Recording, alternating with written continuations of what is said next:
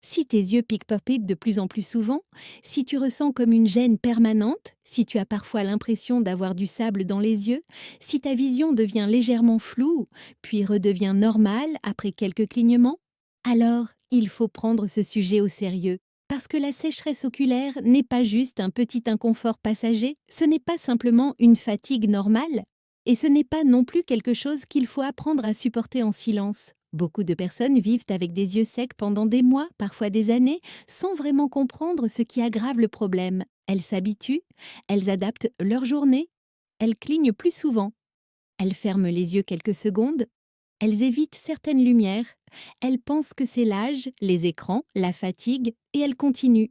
Mais ce que beaucoup ne voient pas, c'est que certaines habitudes du quotidien entretiennent directement cette gêne.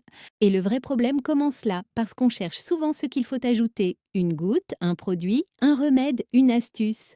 Alors que, dans beaucoup de cas, l'amélioration commence d'abord par ce qu'il faut arrêter. Il faut arrêter certaines erreurs répétées. Il faut arrêter certaines agressions invisibles. Il faut arrêter de traiter ses yeux comme s'ils pouvaient tout supporter. Et c'est exactement de cela qu'on va parler. La première chose à comprendre, c'est que les yeux secs ne viennent pas de nulle part. Quand l'œil devient inconfortable, ce n'est pas un hasard. Cela veut dire qu'il y a un déséquilibre. Parfois, il n'y a pas assez de larmes.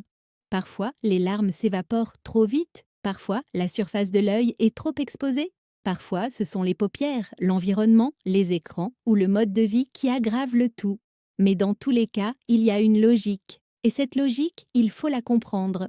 Parce que tant que tu ne comprends pas ce qui fatigue tes yeux, tu continues à reproduire exactement ce qui entretient le problème. La première chose à arrêter immédiatement, c'est de fixer les écrans pendant trop longtemps sans vraie pause. C'est devenu normal aujourd'hui. Téléphone le matin, ordinateur dans la journée, télévision le soir et parfois encore le téléphone au lit. Le regard reste fixé, le clignement diminue, et plus le clignement diminue, plus l'œil s'assèche. C'est un mécanisme simple. Quand tu regardes un écran longtemps, tu clignes moins. Quand tu clignes moins, la surface de l'œil est moins bien répartie en larmes. Et quand la surface est moins bien protégée, l'inconfort commence. Au début, ce n'est qu'une petite gêne, puis ça pique, puis ça tire, puis la fatigue s'installe, puis la vision devient moins nette par moments. Et souvent, le soir, tout devient plus pénible. Le problème, ce n'est pas seulement l'écran. Le problème, c'est le temps continu passé devant l'écran sans interruption. Tu peux passer du temps sur écran, mais tu ne peux pas imposer à tes yeux des heures de fixation sans récupération et espérer qu'ils restent confortables. Donc oui, la première chose à arrêter, c'est l'idée que tes yeux peuvent rester ouverts, fixes, tendus pendant des heures, sans conséquence. Il faut casser ce rythme, il faut regarder au loin, il faut relâcher les yeux. Il faut cligner volontairement parfois, il faut redonner à l'œil des moments de récupération. La deuxième chose à arrêter, c'est de laisser l'air sec ou le vent agresser tes yeux toute la journée. Beaucoup de gens ne font même pas le lien. Ils passent la journée dans un bureau climatisé. Ils dorment avec un ventilateur, ils mettent la voiture avec l'air dirigé vers le visage. Ils restent sous un flux de chauffage en hiver. Puis ils se demandent pourquoi leurs yeux brûlent. Mais l'œil n'aime pas l'air agressif, il n'aime pas le flux direct, il n'aime pas l'évaporation constante. Quand l'air est trop sec ou trop fort, l'humidité naturelle de l'œil diminue plus vite. Et si cette exposition dure des heures, le confort visuel se dégrade. Donc oui, il faut arrêter de laisser un courant d'air frapper directement ton visage sans y penser. Il faut arrêter de traiter ce détail comme quelque chose d'inoffensif. Ce petit détail peut suffire à entretenir une gêne toute la journée. La troisième chose à arrêter, c'est de te frotter les yeux. C'est un réflexe automatique. Quand ça pique, tu frottes. Quand ça tire, tu frottes. Quand tu sens une gêne, tu veux enlever la sensation. Mais ce geste est souvent une erreur, parce qu'un œil déjà irrité n'a pas besoin de plus de pression, il n'a pas besoin d'être davantage agressé, il n'a pas besoin qu'on augmente encore la friction sur une surface déjà sensible. Se frotter les yeux peut aggraver l'irritation, fatiguer davantage la surface oculaire et entretenir un cercle désagréable. Tu ressens une gêne, tu frottes, tu soulages sur le moment, puis l'irritation revient plus vite et tu recommences. Il faut casser ce réflexe. À la place, il vaut mieux fermer doucement les yeux quelques secondes, relâcher le regard, cligner lentement ou simplement faire une vraie pause. Ce n'est pas spectaculaire, mais c'est beaucoup plus intelligent. La quatrième chose à arrêter, c'est de banaliser les signes. Beaucoup de gens disent « ce n'est rien, j'ai juste un peu les yeux fatigués ». C'est l'écran. C'est normal en ce moment. Mais quand la gêne devient régulière, ce n'est plus un détail.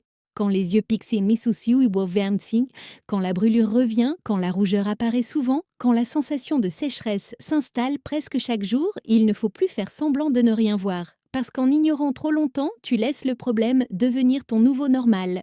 Et ce qui devient normal dans ton esprit continue à progresser dans ton corps. Il faut arrêter cette habitude de repousser, de minimiser, de supporter. Tes yeux ne te demandent pas d'être héroïque, ils te demandent d'écouter. La cinquième chose à arrêter, c'est de croire qu'une seule goutte de temps en temps va compenser un mauvais mode de vie visuel. C'est un autre piège très fréquent. Tu mets quelque chose dans l'œil, tu ressens un petit mieux, puis tu repars exactement dans les mêmes conditions. Les mêmes écrans, le même air sec, le même manque de pause, le même rythme tendu, les mêmes journées sans récupération. Et forcément, le problème revient. Ce n'est pas que le soulagement ne sert à rien, c'est qu'il ne peut pas porter tout le poids d'un quotidien qui continue d'agresser l'œil. Il faut comprendre que le confort visuel n'est pas un bouton qu'on active. C'est un équilibre qu'on entretient. Et si tu veux retrouver cet équilibre, tu ne peux pas uniquement chercher un produit. Tu dois aussi corriger le terrain. La sixième chose à arrêter, c'est de négliger ton hydratation globale. Ce point paraît trop simple pour être important. Et pourtant, il compte. Quand tu ne bois pas assez, ton corps ne fonctionne pas dans les meilleures conditions. Et les yeux, comme souvent, font partie des premiers à montrer qu'il y a un déséquilibre. Bien sûr, boire plus ne va pas tout régler à lui seul, mais vivre légèrement déshydraté, jour après jour, n'aide certainement pas des yeux déjà sensibles. Donc oui, il faut arrêter de passer toute une journée presque sans boire, puis espérer que ton confort visuel reste stable. La septième chose à arrêter, c'est d'ignorer ton environnement de travail. Regarde honnêtement ton installation. Ton écran est-il trop haut, trop bas, trop près? Y a-t-il des reflets? Y a-t-il une lumière trop forte? Ton regard est-il tendu en permanence? Est-ce que tu travailles dans une position qui force ton visage, ton front, tes paupières? Ces détails semblent mauvais mineurs, mais accumulés, ils fatiguent énormément les yeux. Beaucoup de personnes n'ont pas seulement un problème de sécheresse, elles ont une fatigue visuelle globale liée à un environnement mal réglé. Et quand ce mauvais environnement se répète tous les jours, les yeux finissent par le payer. Il faut donc arrêter de travailler comme ça vient. Il faut régler l'espace, il faut penser en termes de confort, il faut construire un environnement moins agressif. La huitième chose à arrêter, c'est de croire que le problème vient seulement des yeux, alors qu'il vient parfois de tout le reste. Le stress, par exemple, joue un rôle énorme. Quand tu es fatigué, tendu, pressé, sous pression, tu clignes moins bien, tu respires moins bien, tu récupères moins bien, tu dors moins bien. Et tout cela retombe aussi sur les yeux. Des yeux secs, ce n'est pas toujours juste un problème local, c'est parfois un signal d'un corps épuisé, trop sollicité, trop tendu. Il faut donc arrêter de penser le problème de manière trop étroite. Parfois, ce que tes yeux réclament, ce n'est pas seulement de l'humidité, c'est aussi plus de repos, plus de sommeil, moins de tension, moins de surcharge. La neuvième chose à arrêter, c'est de croire que l'âge suffit à tout expliquer. Oui, le confort visuel peut changer avec le temps. Oui, certaines non-gênes deviennent d'abord plus fréquentes après 50 ans. Oui, les yeux peuvent devenir plus sensibles, mais ce n'est pas une raison pour tout accepter. Dire c'est l'âge, trop vite, c'est parfois la manière la plus simple de ne rien changer. Or, beaucoup de choses peuvent être améliorées, pas tout, pas toujours complètement, mais souvent assez pour faire une vraie différence au quotidien. Donc non, il ne faut pas faire de l'âge une excuse pour laisser le problème s'installer. La dixième chose à arrêter, c'est de négliger les paupières et le clignement. Les gens pensent souvent uniquement à l'œil lui-même, mais les paupières jouent un rôle central. Elles répartissent les larmes, elles protègent la surface, elles participent directement à l'équilibre du film lacrymal. Si tu clignes mal, peu, trop vite ou pas assez souvent, tout devient moins efficace. Et si tes paupières ne fonctionnent pas bien, le confort diminue lui aussi. Il faut donc arrêter de considérer le clignement comme un automatisme sans importance. Dans un monde d'écran, de fatigue, de tension et de rythme rapide, le clignement devient un geste qu'il faut parfois réapprendre à respecter.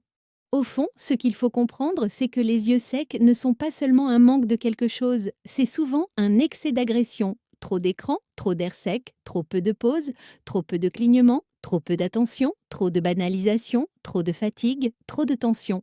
Trop d'erreurs répétées. Et c'est précisément pour cela que le vrai changement commence souvent par une soustraction, moins d'agression, moins de négligence, moins d'automatismes nocifs, moins de violence quotidienne pour les yeux. Tes yeux ne demandent pas un miracle, ils demandent qu'on arrête de leur faire subir ce qu'ils supportent de moins en moins, et cette phrase résume presque tout. Parce que parfois, dans la santé, on croit qu'il faut toujours ajouter. Ajouter un produit, ajouter un complément, ajouter une solution.